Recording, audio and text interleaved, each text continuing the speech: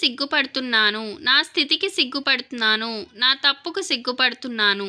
వీటన్నిటిని సిగ్గుపడుతున్నాను అనే దాన్ని అషేమ్డ్ ఆఫ్ అంటాం.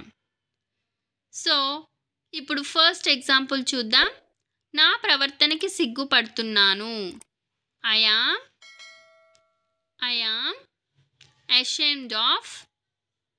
ashamed of నా ప్రవర్తన అంటే my behaviour. I'm ashamed of my behaviour ఇలా చెప్తాం. నా స్థితికి సిగ్గుపడుతున్నాను. ఐ యామ్ ashamed of నా స్థితి అంటే మై సిచ్యువేషన్. స్థితి అంటే situation. I'm ashamed of my situation.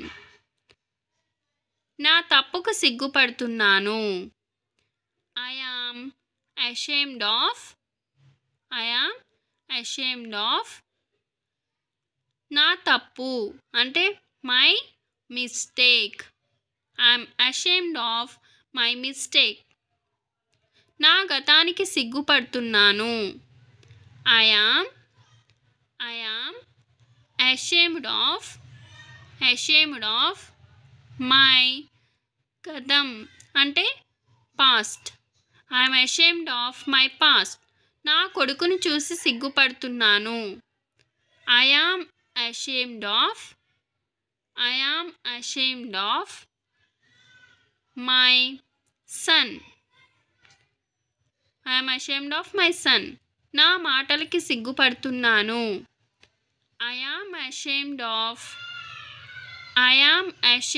of నా మాటలు అంటే మై వర్డ్స్. నన్ను చూసి నేను సిగ్గుపడుతున్నాను అనేదాన్ని ఏమంటారో కమెంట్ చేయండి.